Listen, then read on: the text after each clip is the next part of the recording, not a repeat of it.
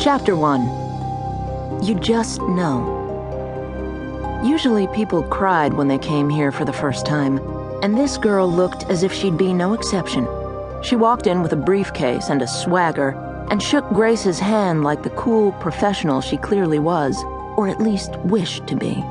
Then she sat on the couch and crossed one long twill-encased leg over the other, and then, sort of abruptly, she seemed to register where she was, with a wallop.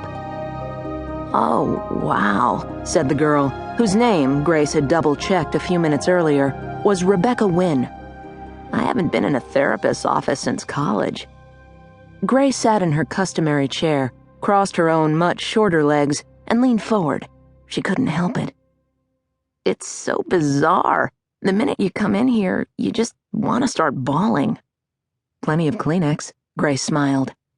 How many times had she sat in this chair, with her legs crossed just the way they were now, listening to the room fill up with weeping.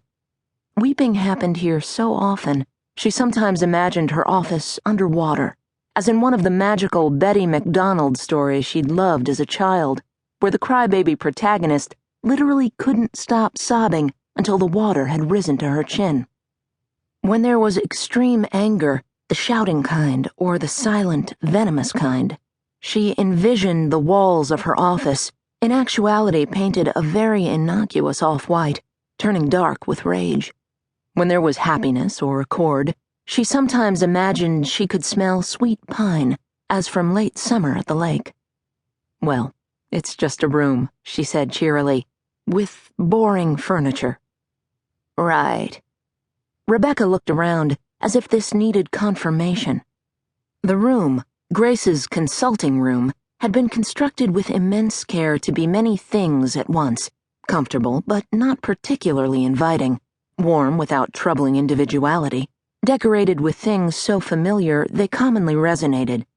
That Elliot Porter print of the birches she had up beside the door. Hadn't everyone lived with that poster at some point? Dorm room, summer rental. The red Killam rug, the oatmeal-colored couch, and her own swiveling leather chair.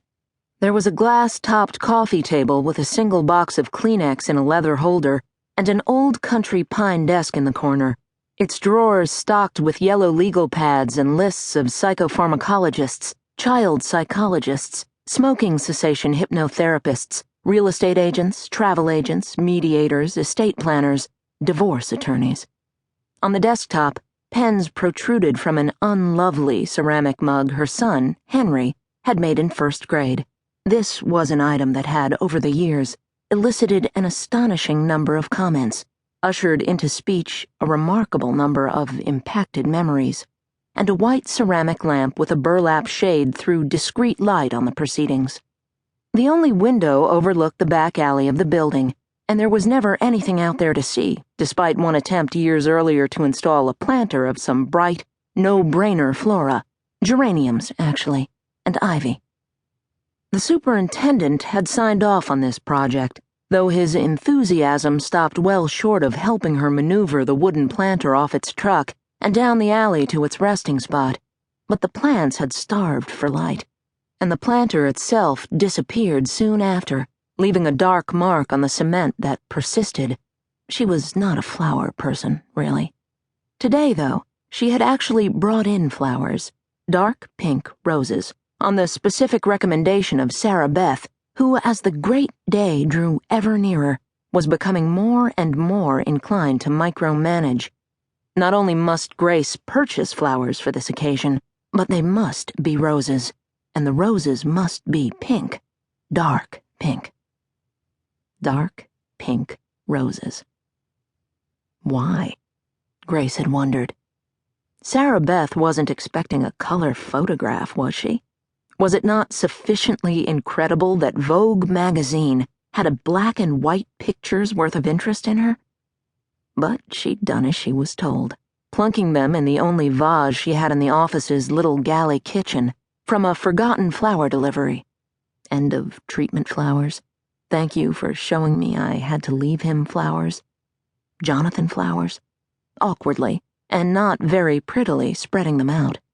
Now they sat on one of the end tables, in some danger of being overturned.